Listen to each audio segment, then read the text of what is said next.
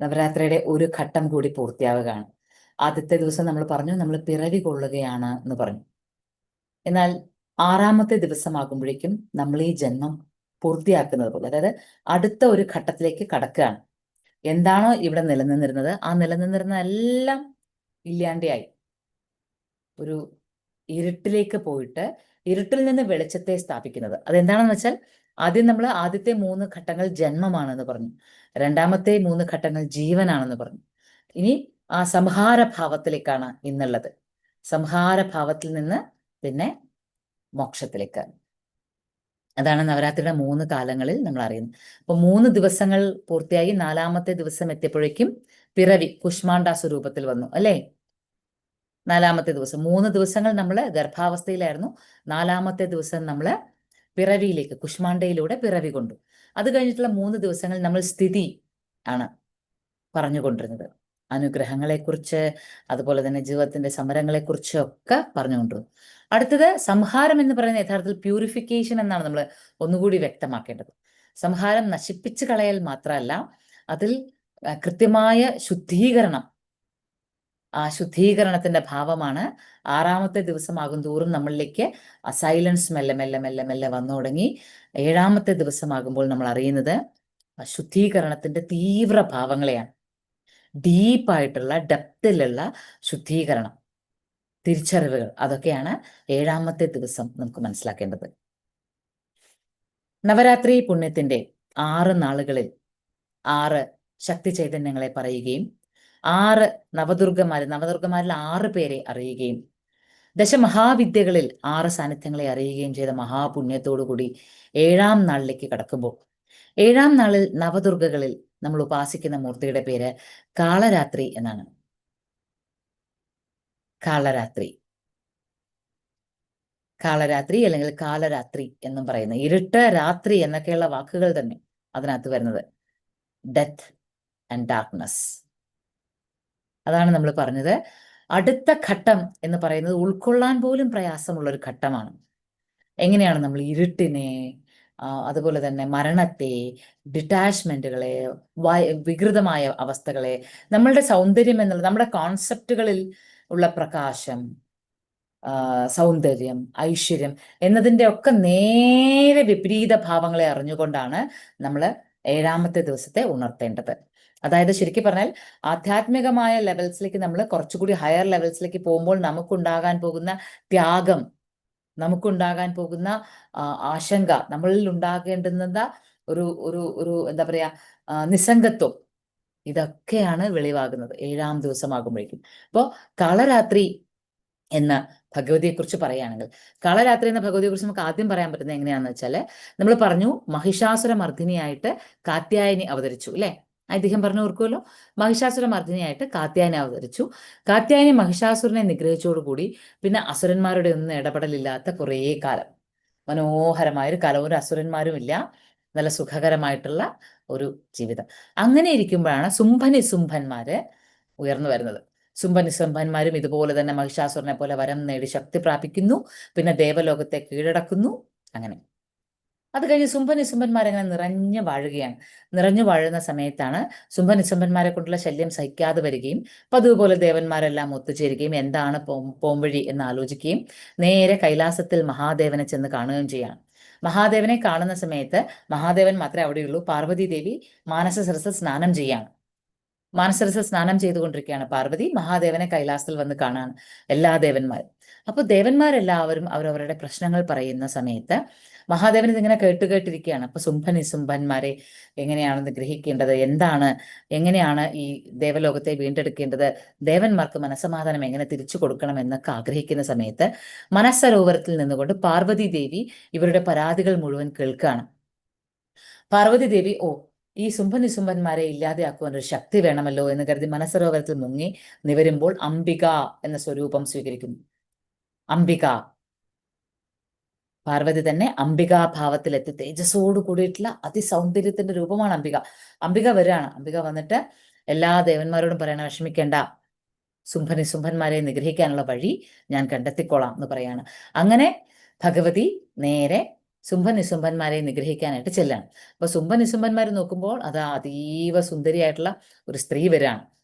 അപ്പൊ അവരെന്താണ് വിചാരിക്കുക, അയ്യോ ഒരു ദേവത, വളരെ സുന്ദരിയായിട്ടുള്ള ഒരു ദേവി വരുന്നു, ഇപ്പൊ നമ്മളൊന്നും പോയിട്ട് യുദ്ധം ചെയ്യേണ്ട കാര്യമൊന്നുമില്ല, നമ്മളുടെ പിന്നെ എന്താ പറയാ പടയാളികളിൽ പ്രമുഖരായിട്ടുള്ളവർ, നമ്മളുടെ പടയാളികളിൽ വീരന്മാരായിട്ടുള്ളവരെ വിട്ടാൽ മതി എന്ന് പറയണം. അങ്ങനെ രണ്ടുപേരെ വിടുകയാണ്, ചണ്ടമുണ്ടാസുരന്മാരെ നിയോഗിക്കുകയാണ്. നിങ്ങൾ പോയിട്ട് ഡീൽ ചെയ്താൽ മതി, ഞങ്ങൾക്ക് ഡീൽ ചെയ്യാനുള്ളതൊന്നും ഇല്ല എന്ന് പറയാണ്. അങ്ങനെ ചണ്ടമുണ്ടാസുരന്മാരെ നേരെ ചെല്ലുന്നു, ഭഗവതിക്ക് നേരെ ചെല്ലുന്നു. ഭഗവതി ചണ്ടമുണ്ടാസുരന്മാരെ നിഗ്രഹിക്കുവാനായിട്ട് ശക്തി സ്വരൂപത്തോടുകൂടി അംബികയായിട്ട് തന്നെ നിൽക്കുന്നു. അംബികയായിട്ട് നിൽക്കുന്ന സമയത്ത് ചണ്ടമുണ്ടാസുരന്മാരുടെ ആ ഒരു രീതികളും ഒക്കെ കാണുന്ന സമയത്ത് അവരുടെ ആ ക്രൂരത, അല്ലെങ്കിൽ ചണ്ട എന്ന വാക്കിന്റെ അർത്ഥം തന്നെ ഒരു ഏറ്റവും ക്രൂരമായത് എന്നുള്ളതാണ്. അപ്പൊ ആ ക്രൂരമായ തല എന്നാണ് നമ്മൾ വിശേഷിപ്പിക്കുന്നത്. അതായത് നമ്മളിലെ നെഗറ്റിവിറ്റീസിന്റെ മാക്സിമം ആണ് ചണ്ടമുണ്ടാസുരന്മാർ. അപ്പൊ ഇത് കണ്ടിട്ട് ഭഗവതി ഈ നെഗറ്റിവിറ്റീസിനോട് ഇത്രയും തെളിഞ്ഞു നിൽക്കുന്ന ഒരു ഭാവത്തോടു കൂടി നിന്നാൽ ശരിയാവില്ല എന്ന് മനസ്സിലാക്കിയിട്ട് ഭഗവതി ആ ശക്തമായ നെഗറ്റിവിറ്റീസ്, നമ്മളിൽ തന്നെയുള്ള, നമ്മളിൽ ഉറങ്ങിക്കിടക്കുന്ന ഒരു ക്രിമിനൽ മൈൻഡ് സെറ്റിനെ കൂടിയാണ് ചണ്ടമുണ്ടാസുരന്മാർ പ്രതിനിധീകരിക്കുന്നത്. അതിലുള്ള ഒരു നമ്മളെ ദേവി സപ്തശതിയിലുള്ള അസുരന്മാർ 6 അസുരന്മാരോളം പറയുന്നുണ്ട്. ഈ അസുരന്മാരെല്ലാം വളരെ പവർഫുൾ ആയിട്ടുള്ളവരാണ്. അത്ര പെട്ടെന്നൊന്നും തോൽപ്പിക്കാൻ പറ്റാത്ത വളരെ പവർഫുൾ ആയിട്ടുള്ള അസുരന്മാരാണ്. അപ്പൊ ഇവരുടെ അത്രയും തിന്മകളെ, അല്ലെങ്കിൽ ഇത്രയും തിന്മകളുടെ മൂർത്തിമത് ഭാവമായിട്ടുള്ള, അല്ലെങ്കിൽ ഇത്രയും ക്രൂരതയുടെ ഭാവങ്ങളായിട്ടുള്ള ഈ അസുരന്മാരെ നിഗ്രഹിക്കണമെങ്കിൽ ഈ രൂപം പോരാ എന്ന് ഭഗവതി മനസ്സിലാക്കുകയും ഭഗവതി മറ്റൊരു രൂപം സ്വീകരിക്കുകയും ചെയ്യണം. ആ രൂപമാണ് കാളരാത്രി എന്നാണ് വിശേഷിപ്പിക്കുന്നത്. അത്രയും കറുത്തിട്ട് അത്രയും ഭീകരമായിട്ടുള്ളത്, ഒന്നുമില്ല നമുക്കിങ്ങനെ മയപ്പെടുത്തുന്നത്, അല്ലെങ്കിൽ നമ്മളെ ഇങ്ങനെ സൗമ്യമായിട്ട് നോക്കിയിരുത്താൻ പ്രേരിപ്പിക്കുന്ന ഒന്നുമില്ല അതില്. മുഴുവനും ഇരുട്ടും അഴിഞ്ഞ മുടിയും കയ്യിലെ ആയുധങ്ങളും വളരെ തുറച്ച നോട്ടവും ഒക്കെ ആയിട്ട് അങ്ങനെ ഒരു ഭീകര രൂപിണിയായിട്ട് കാളരാത്രി മാറുകയാണ്. ആ കാളരാത്രി അംബികയിൽ നിന്ന് രൂപം പൊട്ട് നിൽക്കുകയും അംബികാദേവിയെ തന്നെ സഹായിക്കുകയും ചെയ്യണം ചണ്ടമുണ്ടാസുരന്മാരെ നിഗ്രഹിക്കാനായിട്ട്. ആ ശക്തിയോടുകൂടി ചണ്ടമുണ്ടാസുരന്മാരെ നിഗ്രഹിച്ചു കഴിയുമ്പോൾ ചണ്ടമുണ്ട അസുരന്മാരെ നിഗ്രഹിച്ചുകൊണ്ട് ഭഗവതിക്ക് ചാമുണ്ട എന്ന പേരിട്ടാണ്. മുണ്ടാസുരന്മാരെ നിഗ്രഹിച്ചുകൊണ്ട് ചാമുണ്ട. അപ്പൊ ചാമുണ്ട എന്ന ഭാവത്തിൽ നമ്മൾ വിശേഷിപ്പിക്കുന്നതും കാളരാത്രി എന്ന ഭഗവതിയാണ്. അപ്പോഴാണ് നിശുംഭന്മാർക്ക് ഒരു ധാരണ വരുന്നത്, ശരിയല്ല, അത്ര നമ്മൾ വിചാരിക്കുന്നത് പോലെ അത്ര നിസാരമല്ല കാര്യം, കുറച്ചുകൂടി ഗൗരവം വേണം എന്ന് മനസ്സിലാക്കണം. അപ്പോഴവര് ഏറ്റവും ശക്തിയുള്ള മറ്റൊരു അസുരനെ വിടാൻ തീരുമാനിക്കുകയാണ് ഭഗവതിക്കരിയിലേക്ക്. ഇനി ഒരു അസുരനെ, കാരണം അത്ര പെട്ടെന്നൊന്നും ആർക്കും തോൽപ്പിക്കാൻ പറ്റാത്തൊരസുരൻ. അതാരാണെന്നറിയാമോ? രക്തബീജാസുരൻ. പേര് നോക്കാം, നമ്മൾ നേരത്തെ പറഞ്ഞു ചണ്ടമുണ്ടാസുരൻ എന്ന് പറയുന്നത് ആ ക്രൂരതയോട് കൂടിയിട്ടുള്ള ഒരു ശിരസ്. ചണ്ടനും മുണ്ടനും രണ്ടല്ല, ഒന്ന് തന്നെയാണ്. അപ്പൊ അതായത് രണ്ട് ഭാവത്തിൽ വരികയാണ്. ക്രൂരതയുള്ള നമ്മളുടെ പ്രവർത്തികൾ രണ്ടും കൂടി അങ്ങോട്ട് ചേരാണ്. അത് കഴിഞ്ഞിട്ടോ അടുത്തത് വരുന്നത് രക്തബീജാസുരനാണ്. കുറെ കൂടി ഡേഞ്ചറസ് ആയിട്ടുള്ള ഒരു ഡെമൺ, ഒരു അസുരൻ. എന്താണ് രക്തബീജാസുരൻ? നമ്മളുടെ എല്ലാം സൃഷ്ടി സംഭവിക്കുന്ന ഏതിൽ നിന്നാണ്? ബീജത്തിൽ നിന്നും രക്തത്തിൽ നിന്നുമാണ്. അച്ഛനിൽ നിന്ന് ബീജവും അമ്മയിൽ നിന്ന് രക്തവും ചേർന്നിട്ടാണ് ഒരു കുഞ്ഞ് ജനിക്കുന്നത്. അപ്പൊ രക്തബീജാസുരൻ എന്ന് പറയുന്നത്, അപ്പൊ നമ്മളുടെ ചിന്തകൾ കൊണ്ടോ പ്രവർത്തികൾ കൊണ്ടോ നമ്മളിൽ ഉണ്ടാകുന്ന നെഗറ്റിവിറ്റി, നമ്മളിൽ ഉണ്ടാകുന്ന ക്രൂരത, ഇതൊക്കെ നമുക്ക് നമ്മൾ ജീവിക്കുന്ന സാഹചര്യങ്ങൾ, അല്ലെങ്കിൽ നമ്മൾക്കൊരു കാര്യം നേടണം എന്നുള്ള സ്വാർത്ഥത, ഇതിന്റെ പിന്നിലുള്ള പ്രവർത്തനങ്ങൾ, ഇതെല്ലാം നമ്മളിലെ ഉള്ളിൽ ഉറഞ്ഞു കിടക്കുന്ന അത്ര ശക്തമായ ഇരുട്ടാണ്. നമ്മൾ ഓരോ വ്യക്തികളുടെയും ഉള്ളിലെ ഇരുട്ടറകളിൽ നിറഞ്ഞു നിൽക്കുന്ന ആ ഇരുട്ട് ചിലപ്പോൾ ഇങ്ങനെ പ്രകടമാകുമ്പോഴാണ് നമ്മൾ അത്രയും ക്രൂരതയോടുകൂടി ഒരാളെ കൊല്ലാൻ സാധിക്കുന്നത്. എങ്ങനെയാണ് ഒരു മനുഷ്യൻ എങ്ങനെയാണ് മറ്റൊരു മനുഷ്യനെ കൊല്ലാൻ സാധിക്കുന്നതെന്ന് വെച്ചാൽ, ഇത്തരത്തിലുള്ള ഇരുട്ടറകളിൽ നിന്ന് ആ ഇരുണ്ട ഭൂതങ്ങൾ, ആ നെഗറ്റിവിറ്റീസ് പുറത്തേക്ക് വരുമ്പോഴാണ്. മറ്റൊരാളെ ചതിക്കാനാവുക, വഞ്ചിക്കാനാവുക, അതൊക്കെ മറ്റൊരാളെ വേദനിപ്പിക്കാനെങ്കിലും ആവുന്നതൊക്കെ അപ്പോഴാണ്. അപ്പൊ ഇതിങ്ങനെ പുറത്തേക്ക് വരുന്നതിന് പിന്നിലെ കാരണം രക്തത്തിൽ നിന്നും ബീജത്തിൽ നിന്നും നമ്മളിലേക്ക് വരുന്ന നെഗറ്റിവിറ്റീസ് ആണ് എങ്കിൽ, ജീനുകളിലൂടെ നമ്മളിലേക്ക് പകർന്നു കിട്ടുന്ന നെഗറ്റിവിറ്റീസ് ഉണ്ടാവല്ലോ. പിതൃക്കളിൽ നിന്ന് പകർന്നു വരുന്ന, പിതൃക്കളിലെ ക്രൂരകൃത്യങ്ങളിലൂടെ നമ്മളിലേക്ക് പകർന്നു വരുന്ന, പലപ്പോഴും ജാതകം നോക്കുമ്പോൾ, പ്രശ്നം വെച്ച് നോക്കുമ്പോഴൊക്കെ പറയില്ലേ, പിതൃദോഷം, പിതൃക്കൾ ചെയ്ത കർമ്മത്തിന്റെ പാപങ്ങൾ അനുഭവിക്കേണ്ടി വരുന്നു എന്നൊക്കെ പറയില്ലേ. ഇത്തരത്തിൽ നമ്മളിലേക്ക് പകർന്നു കിട്ടുന്ന നെഗറ്റിവിറ്റീസ്, അതാണ് ഈ രക്തബീജാസുരൻ. ഈ രക്തബീജാസുരന്റെ പ്രത്യേകത എന്താ? അത് പവർഫുൾ ആണെന്ന് പറയുമ്പോൾ ഈ രക്തബീജാസുരനെ അരിഞ്ഞു കളയാൻ പറ്റില്ല. അരിഞ്ഞു കളഞ്ഞാൽ ആ ഓരോ രക്തത്തുള്ളികളിൽ നിന്നും പുതിയ പുതിയ പുതിയ അസുരന്മാരുണ്ടായിക്കൊണ്ടേയിരിക്കും. ഇതാണ് നമ്മളിൽ നിന്ന് പൂർവികമായിട്ട് നമുക്ക് പകർന്നു കിട്ടുന്ന നന്മകളുടെ ഒരു ഗുണവും അതാണ്, ഇരട്ടിച്ചുകൊണ്ടേയിരിക്കും. തിന്മകളുടെ പ്രശ്നവും അതാണ്. അപ്പൊ ഭഗവതിക്ക് നേരെ വരികയാണ് രക്തബീജാസുരൻ. ആ രക്തബീജാസുരൻ ഇങ്ങനെ രക്തത്തിൽ നിന്ന് പുതിയ പുതിയ പുതിയ പുതിയ അസുരന്മാരുണ്ടായിക്കൊണ്ടിരിക്കുക. അപ്പൊ തോൽപ്പിക്കാനാവില്ലാത്ത രീതിയിൽ അതിന്റെ സൈന്യം വർദ്ധിച്ചു വന്നുകൊണ്ടിരിക്കുകയാണ്. നോക്കുക, നമ്മളിലുള്ള നെഗറ്റിവിറ്റീസ് നമ്മൾ തന്നെ ശ്രദ്ധിച്ചില്ല എങ്കിൽ, നമ്മൾ അതിന്റെ ഒരു ഉപാസനയിലൂടെ ഭഗവതിയെ ഉള്ളുണർത്തിയില്ല എങ്കിൽ, ഒടുവിൽ നമ്മൾ ഭഗവതിയെ വിളിക്കുന്ന സമയത്ത് ഭഗവതിക്ക് പോലും വലിയൊരു യുദ്ധം ചെയ്യേണ്ടി വരികയാണ് ഇത്തരം നെഗറ്റിവിറ്റീസിനെ തോൽപ്പിച്ച് കളയാൻ, ഇല്ലാണ്ടാക്കി കളയാൻ. അപ്പോൾ നമ്മളിൽ ഉറങ്ങിക്കിടക്കുന്ന, അല്ലെങ്കിൽ നമ്മളുടെ ഉള്ളിൽ നമ്മളുടെ ജനറേഷൻസിലൂടെ പകർന്നു കിട്ടിയ, അല്ലെങ്കിൽ നമ്മളുടെ പൂർവികരിൽ നിന്ന് ജീനുകളിലൂടെ പകർന്നു കിട്ടിയ എന്തെങ്കിലും തരത്തിലുള്ള നെഗറ്റിവിറ്റീസ് ഉണ്ട് എങ്കിൽ, ഒരു ക്രിമിനൽ ആറ്റിറ്റ്യൂഡ് ഉണ്ട് എങ്കിൽ, അല്ലെങ്കിൽ അത്തരത്തിൽ സമൂഹത്തിന് ഗുണം ചെയ്യാത്ത ഗുണങ്ങൾ ഉണ്ട് എങ്കിൽ, അല്ലെങ്കിൽ രീതികളുണ്ട് എങ്കിൽ, അത് ഭഗവതി ഇല്ലാതെയാക്കും. ആ രക്തബീജാസുരനെയാണ് പിന്നീട് ശുംഭൻ നിശുംഭന്മാർ ഭഗവതിക്ക് മുന്നിലേക്ക് നേരെ അയക്കുന്നത്. അപ്പോഴേക്കും ഭഗവതി ശക്തമായി, അത് കാളരാത്രിയാണ്, ആ സമയത്ത് വീണ്ടും തന്റെ ഭീകര രൂപത്തെ പുറത്തേക്കെടുത്ത് നാക്ക് വെളിയിലേക്ക് നീട്ടി ആ രക്തത്തെ മുഴുവൻ പാനം ചെയ്യാണ്. രക്തത്തെ മുഴുവൻ, ഒരു തുള്ളി പോലും രക്തം പുറത്തേക്ക് വീഴാത്ത രീതിയിൽ പാനം ചെയ്യുക. അതായത് നമ്മളിൽ നിറഞ്ഞു നിൽക്കുന്ന ഓരോ തുള്ളി രക്തത്തെയും പ്യൂരിഫൈ ചെയ്യാണെന്ന് അർത്ഥം. അതായത് നമ്മൾ ആ ഭഗവതിയെ ഉപാസിക്കുകയാണ്. ദേവി മഹാത്മ്യത്തിലൂടെ, ദേവി ഭാഗവതത്തിലൂടെ, അല്ലെങ്കിൽ നവരാത്രി കാലത്തിന്റെ നമ്മളുടെ ഇത്തരം അറിവുകളിലൂടെ നമ്മൾ ആ ഭഗവതിയെ അറിയുമ്പോൾ, കാളരാത്രി എന്ന ആ ഇരുട്ടെന്ന ശക്തിഭാവത്തെ, ഇരുട്ടിന്റെ നിറമാണ്, അല്ലെങ്കിൽ ഒരു മരണത്തിന്റെ സ്വഭാവമാണ്, എല്ലാമാണ് എങ്കിലും ഭഗവതി എന്താണ് ചെയ്യണത്? നമ്മളിൽ ഏറ്റവും വേരുകളിൽ പോലും കിടക്കുന്ന തിന്മകളെ ഇല്ലാതെയാക്കുകയാണ്. അത് മാത്രമല്ല, അടുത്ത ജനറേഷൻസിലേക്ക് അത് പകർന്നു കൊടുക്കാതിരിക്കുവാനുള്ള ശക്തി കൂടി ഭഗവതി നമുക്ക് നൽകുകയാണ്. അടുത്ത ജനറേഷൻസിലേക്ക് ഈ നെഗറ്റിവിറ്റീസ് പോകരുതല്ലോ. അവിടെ അത്രയ്ക്കൊരു ക്ലെൻസിങ് ആണ് നടക്കുക ഭഗവതി വരുമ്പോൾ, കാളരാത്രി വരുമ്പോൾ. അപ്പൊ അത്രയും പ്യൂരിഫിക്കേഷൻ ആണ് ഭഗവതിയിലൂടെ സംഭവിക്കുക. നമ്മളിൽ ഒരു വ്യക്തി അറിഞ്ഞുകൊണ്ട് ചിന്തകളിലൂടെ, പ്രവർത്തികളിലൂടെ ചെയ്യുന്ന തിന്മകളുണ്ട്. അറിയാതെ തന്നെ ഈ പറഞ്ഞ പോലെ ജീനുകളിലൂടെ പകർന്നു വന്നതുകൊണ്ട്, ആ ജീൻ നമ്മളുടെ രൂഢമൂലമായി കിടക്കുന്നത് പോലും, അല്ലെങ്കിൽ ഗുപ്തമായി കിടക്കുന്നത് പോലും, ഇരുണ്ട അറകളിൽ കിടക്കുന്നത് പോലും ഭഗവതി കണ്ടെത്തി നാക്ക് കൊണ്ട് നക്കിയെടുത്ത് സകലതിനെയും ഇല്ലാതെയാക്കും. അത്രയും ശക്തമായ നാവ് പുറത്തേക്ക് തന്നെ. ഇത് ഭഗവതി പുറത്തേക്ക് ഇട്ട് കഴിഞ്ഞാൽ പിന്നെ ഭഗവതിക്ക് തന്നെ അകത്തേക്ക് എടുക്കാൻ പറ്റാത്ത രീതിയിൽ ഭഗവതി രൗദ്രഭാവത്തിലാവാണ്. ഈ ഭഗവതിയെ സമാധാനിപ്പിക്കാനാണ് പിന്നീട് മഹാദേവൻ ശിശുവിന്റെ രൂപത്തിൽ വന്ന് കിടക്കുന്നതും കുഞ്ഞിനെ കാണുന്ന സമയത്ത് അമ്മയിൽ മാതൃഭാവം ഉണരുകയും ചെയ്യുന്നു. അപ്പൊ മാതൃസ്വരൂപിണിയായ ഭഗവതി തന്നെയാണത്. രൂപത്തെ നമ്മൾ ഏത് രീതിയിൽ കണ്ടാലും ഇങ്ങനെ തന്നെയാണ് മനസ്സിലാക്കേണ്ടത്. അപ്പം നിരന്തരമായിട്ടുള്ള അസുരന്മാർ, മഹിഷാസുരൻ വരുന്നു, പിന്നെ ചണ്ടമുണ്ടാസുരന്മാർ വരുന്നു, രക്തബീജാസുരന്മാർ വരുന്നു. ഇനി ഒരാളുണ്ട്, ധൂമ്രലോചനൻ. അതെന്താണ്? നമ്മളുടെ കാഴ്ചപ്പാടുകളിലൂടെ നമുക്കുണ്ടാകുന്ന നെഗറ്റിവിറ്റീസ്. നമ്മൾ പറഞ്ഞു, ആദ്യം നമ്മൾ പറഞ്ഞു നമ്മളുടെ തന്നെ ക്വാളിറ്റീസിലൂടെ നമ്മൾ എടുക്കുന്ന, നമ്മളുടെ ഈഗോ, സൂപ്പർ ഈഗോയിലൂടെയൊക്കെ നമ്മൾ ആർജിച്ചെടുക്കുന്ന, നമ്മളുടെ താൻ പോരിമകൾ, നമ്മളുടെ അഹങ്കാരത്തിൽ നിന്നൊക്കെ നമ്മൾ ഉണ്ടാക്കുന്ന മഹിഷം, അതിന്റെ കൊമ്പ്. പിന്നെ പറഞ്ഞ എന്താണ്?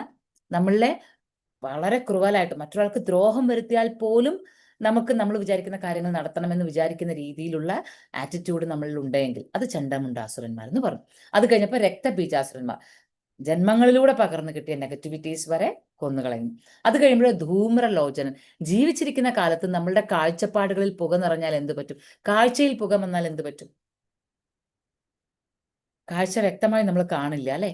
ഈ കാഴ്ചകൾ നമ്മൾ കാണാതെ, ശരിയായ രീതിയിൽ കാണാത്തത് കൊണ്ട്, വസ്തുവിനെ വസ്തുവായി എന്താണ് അത് എന്ന് മനസ്സിലാക്കാതെ, വ്യക്തമായി കാണാതെ ഉള്ളത് കൊണ്ട്, കാഴ്ചപ്പാടുകൾ ശരിയാകാത്തത് കൊണ്ട്, അല്ലെങ്കിൽ കാഴ്ച ശരിയാകാത്തത് കൊണ്ട്, ഒരു കാര്യത്തെ അകക്കണ്ണ് കൊണ്ട് കാണാൻ പറ്റാത്തത് കൊണ്ട്, പുക മൂടിയിരിക്കുന്നത് കൊണ്ട് നമ്മൾ നമ്മുടെ ജീവിതത്തിൽ ഉണ്ടാക്കുന്ന തിന്മകളെയാണ് ധൂമ്രലോചനൻ എന്ന അസുരൻ വിശേഷിപ്പിക്കുന്നത്. പിന്നെ ധൂമ്രലോചനയും കൂടെ കഴിഞ്ഞിട്ടാണ് നിശുംഭന്മാരെ ഭഗവതി നിഗ്രഹിക്കുന്നത്. അപ്പോൾ ഓരോരോ അസുരന്മാർക്കും ഓരോരോ നിശുംഭന്മാരിലേക്ക് നമുക്ക് വീണ്ടും വരാം. ഇപ്പൊ നമ്മൾ ഈ അസുരന്മാരെ, ഇപ്പോൾ ഓരോ അസുരന്മാരെയും ഓരോ ഭാവത്തിൽ നിന്നുകൊണ്ട് ഭഗവതി നിഗ്രഹിക്കും. നിഗ്രഹിച്ച ഭഗവതി ശക്തി സ്വരൂപമായി നമ്മളിലേക്ക് മാറുന്നു. നമ്മളിലെ എല്ലാ തരത്തിലുള്ള, അത് നമ്മൾ പ്യൂരിഫിക്കേഷൻ എന്ന് പറയുന്നത് ആ ഒരു ഭാവത്തിലാണ് നടക്കേണ്ടത്.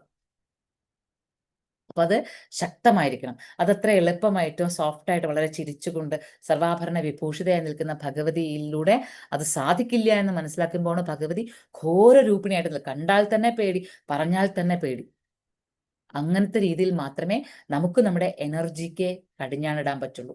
അല്ലെങ്കിൽ ഈ ഭഗവതിമാരിലൂടെ അല്ലെങ്കിൽ ഈ പ്രപഞ്ചത്തെ അറിയുന്നതിലൂടെ നമ്മളിലേക്ക് വരുന്ന എനർജി ഉണ്ടല്ലോ, നമ്മൾ തെറ്റായ മാർഗത്തിലൂടെ ഉപയോഗിക്കും.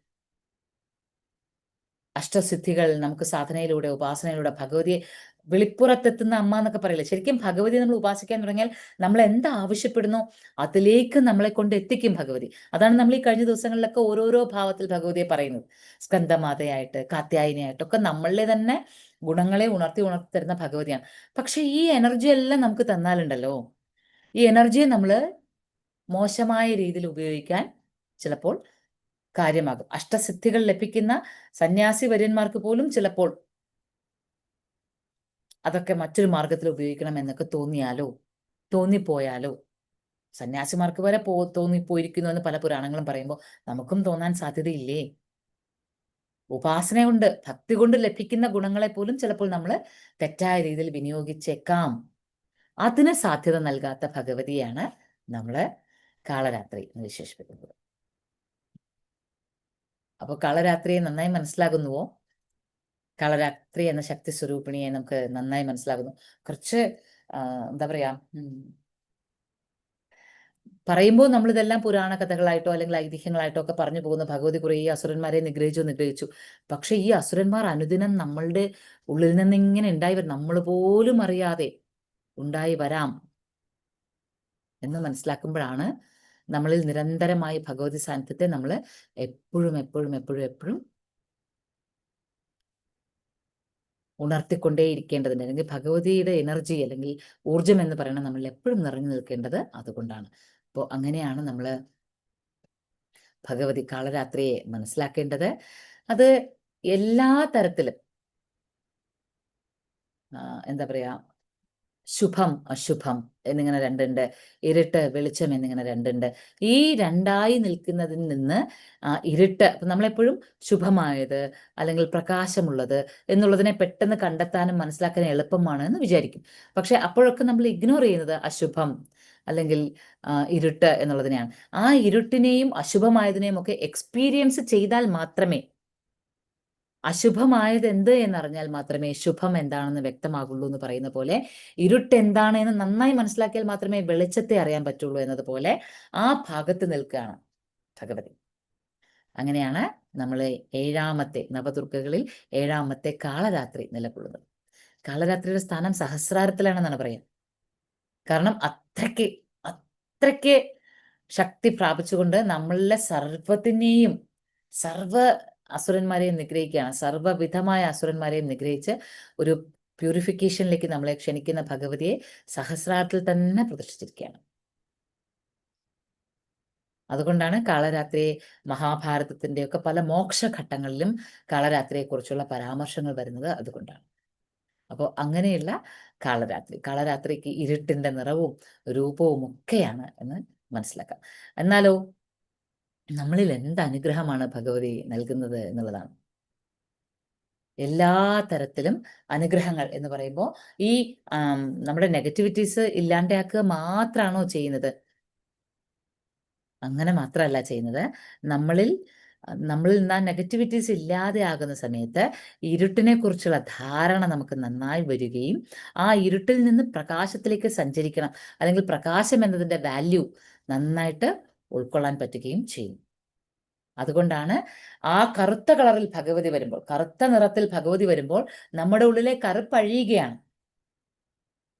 നമ്മുടെ ഉള്ളിൽ നമ്മൾ അകത്ത് സൂക്ഷിക്കുന്ന സകല ഇരുട്ടും അഴിക്കാൻ വേണ്ടിയിട്ടാണ് കറുപ്പായി തന്നെ വരുന്നത്. ഇരുട്ടിനെ ഇരുട്ടുകൊണ്ടാണ് ഭഗവതി നേരിടുന്നത്. ഇനി ഭഗവതി സഞ്ചരിക്കുന്നതോ ഒരു കഴുതയുടെ മേലെയാണ്. കഴുത എന്ന് പറയുന്നത് നമ്മളുടെ ഒരു പ്രത്യേകമായ മാനസികാവസ്ഥയാണ് കഴുത എന്ന് പറയുന്നത്. മുഠ എന്ന് പറയുന്ന ഒരു മാനസികാവസ്ഥയാണ് കഴുത. പക്ഷെ ഈ കഴുതയുടെ മേലെ സഞ്ചരിക്കുന്നുണ്ട്. അവിടെ കഴുത എന്തായി മാറുന്നു? എപ്പോഴും ഒരു എന്താ പറയുക, ഭഗവതിക്ക് സേവനം ചെയ്യാനുള്ള നമ്മളുടെ മനസ്സിന്റെ പ്രാപ്തിയെയും അതുപോലെ തന്നെ ഏറ്റവും ലോയലായിട്ട് നമ്മളുടെ ഭഗവതി സാമീപ്യങ്ങളിലേക്ക് നമ്മൾ ഏറ്റവും കടപ്പെട്ടിരിക്കുന്ന ഭാവത്തിൽ, അല്ലെങ്കിൽ ഏറ്റവും സമർപ്പിക്കുന്ന ഒരു ഭാവത്തിൽ നമ്മൾ ഉണ്ടാവുക എന്നുള്ളതാണ്. ഇനി ഭഗവതിയെക്കുറിച്ച് നമുക്ക് ഓരോന്നോരോന്നായിട്ട് പറയാനുണ്ട്. നമുക്ക് രൂപം കണ്ടിട്ട് നമുക്ക് പറയാനാവും. ഏതായാലും ഇതൊക്കെയാണ് ഭഗവതിയുടെ സ്വരൂപം എന്ന്, കാളരാത്രിയുടെ സ്വരൂപം എന്ന് മനസ്സിലാക്കിക്കൊണ്ട് എങ്ങനെയാണ് പ്രൊട്ടക്റ്റ് ചെയ്യുന്നത് ഭഗവതി എന്നുള്ളതാണ് ഇനി പറയുന്നത്. അപ്പോൾ എല്ലാ തരത്തിലുള്ള പ്രശ്നങ്ങളിൽ നിന്ന്, ഏത് തരത്തിലുള്ള പ്രശ്നങ്ങളിലാണെങ്കിലും ഒരു പരിഹാരമുണ്ട് എന്നുള്ള, ഏത് നെഗറ്റീവ് സിറ്റുവേഷനിലാണെങ്കിലും പരിഹാരമുണ്ട് എന്നുള്ളത് തന്നെയാണ് പരമമായിട്ടുമുള്ള കാളരാത്രി എന്ന ദേവിയുടെ അനുഗ്രഹം. പിന്നെയോ എല്ലാ തരത്തിലും ഒരു സാധകന് അല്ലെങ്കിൽ ഒരു സാധകയ്ക്ക് ഉപാസന ചെയ്യുന്ന ഒരാൾക്ക് ഉണ്ടാകാൻ പോകുന്ന കൺഫ്യൂഷൻസ് എന്ത് തരത്തിലാണോ, ഏത് വിധത്തിലാണോ, അതൊക്കെയും ഇല്ലാതെയാക്കുന്ന ഭഗവതിയാണ് കാളരാത്രി. നമ്മളുടെ ശരിക്കും ആധ്യാത്മികമായ ബോധത്തെ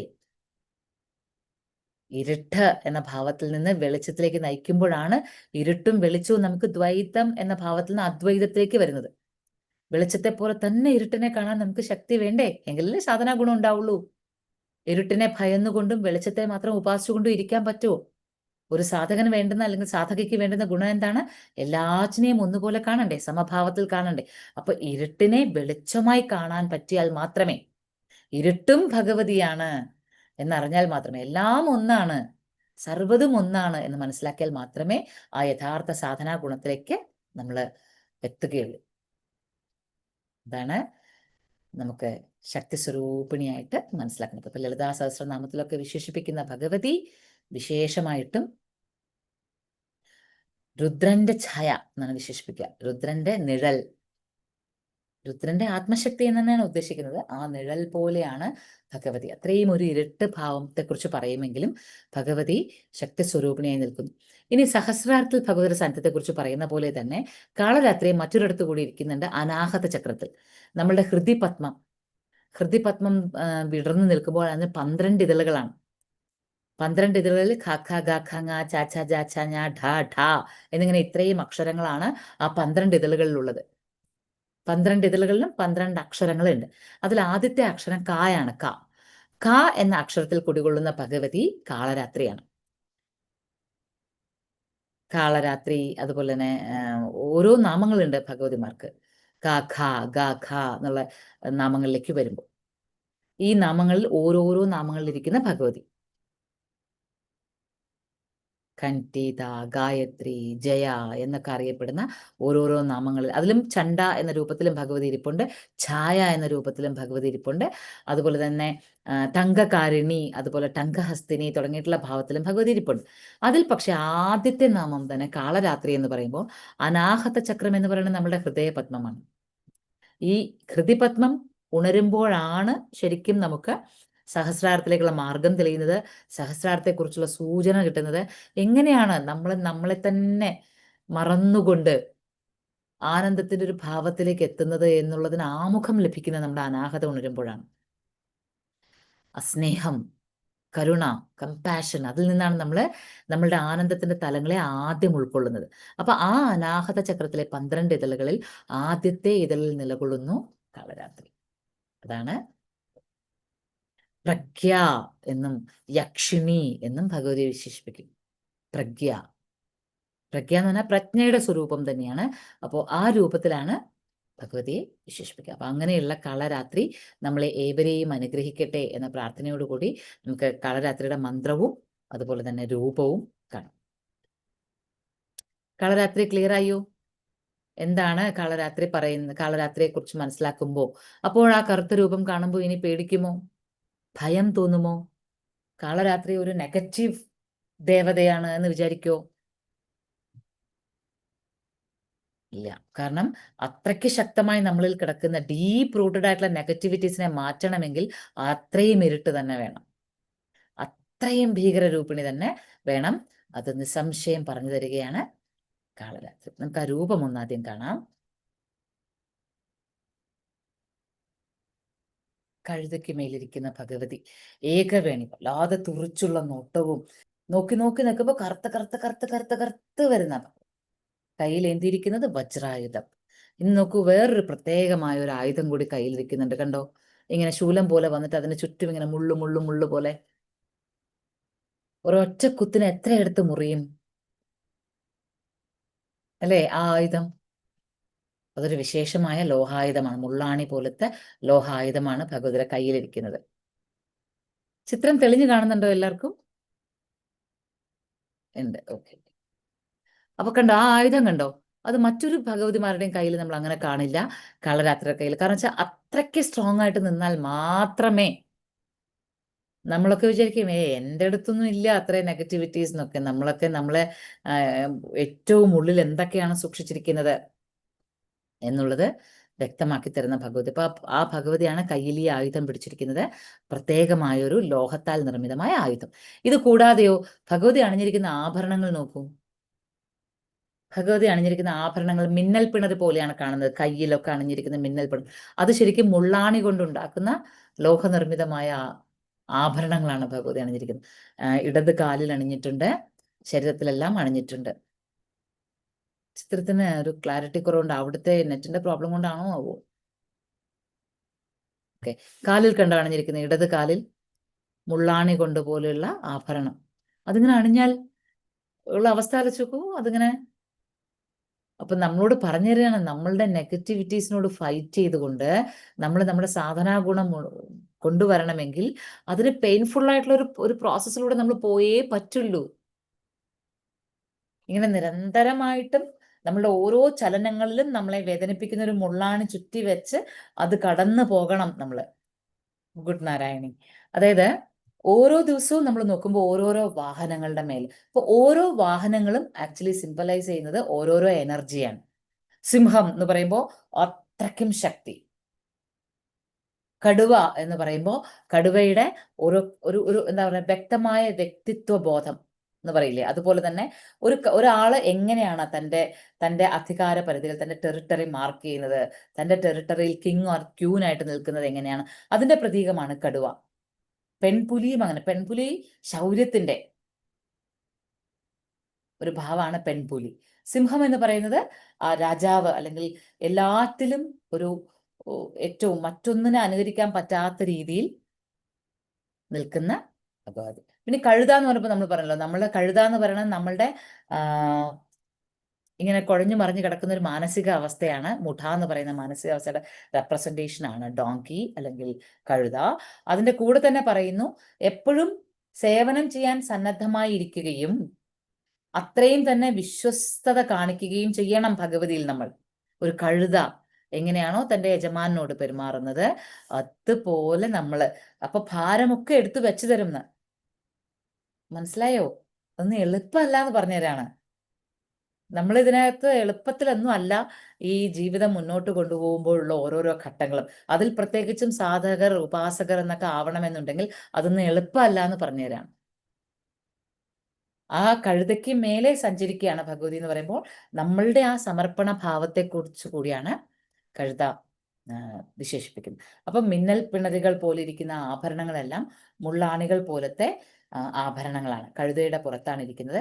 ഏകവന് അഴിഞ്ഞുലഞ്ഞു കിടക്കുന്ന, ഒറ്റമുടി കെട്ടിയിട്ടില്ലാതെ അഴിഞ്ഞുലഞ്ഞു കിടക്കുന്ന മുടിയോട് കൂടിയിട്ടാണ് കാളരാത്രി നിൽക്കുന്നത്. ആ മുടി എന്ന് പറയുന്നത് സൂചിപ്പിക്കുന്നത് സ്വാതന്ത്ര്യമാണ്, പരമമായ സ്വാതന്ത്ര്യം. അപ്പൊ ആ സ്വാതന്ത്ര്യത്തിലേക്കുള്ള, ജ്ഞാനത്തിലേക്കുള്ള വഴികൾ ഒരിക്കലും എളുപ്പമല്ല എന്നുള്ളതാണ് കാളരാത്രി പറഞ്ഞിരുന്നത്. ഒരിക്കലും എളുപ്പമല്ല. 2 ദിവസം കണ്ണടച്ചിരുന്നിട്ട് എന്താണ് എൻ്റെ കുണ്ടലിനി ഉണരാത്തത്, അല്ലെങ്കിൽ എനിക്ക് എന്താണ് മറ്റുള്ളവർ കണ്ടതുപോലെയൊക്കെ കാണാത്തത് എന്ന് പറഞ്ഞാൽ ഓർത്തുകൊള്ളുക, കാളരാത്രി പോലുള്ള പ്രതീകങ്ങളിൽ നമുക്ക് മനസ്സിലാക്കാനാകുന്നത് ഇതിൽ ഒരുപാട് നമ്മൾ സഞ്ചരിക്കാനുണ്ട്, ഒരുപാട് നമ്മൾ അറിയാനുണ്ട്, ഒരുപാട് തിരിച്ചറിവുകൾ, ഒരുപാട് തിരുത്തലുകൾ, ഒരുപാട് മുറിവുകൾ ഒക്കെ ഏറ്റുവാങ്ങിയിട്ടുള്ള മുന്നോട്ട് പോക്കലുകളിലാണ് യഥാർത്ഥത്തിലുള്ള ഉപാസനയുടെ തലം ഇരിക്കുന്നത്. അതൊരു പട്ടുമെത്തയിലൂടെ അല്ലെങ്കിൽ പനിനീർപ്പൂ വിരിച്ച വഴിയിലൂടെയുള്ള സഞ്ചാരമല്ല. പനിനീർപ്പൂക്കൾ ഇങ്ങനെ വിരിച്ചു കിടക്കുന്ന ഒരു പട്ടുമെത്ത പോലെ കിടക്കുന്ന വഴിയിലൂടെ നമ്മൾ സഞ്ചരിച്ചിട്ടല്ല ഒരാളും, നമ്മൾ കാണുന്ന ഗുരുപരമ്പരകളിൽപ്പെട്ട ഒരാളും അങ്ങനെയല്ല.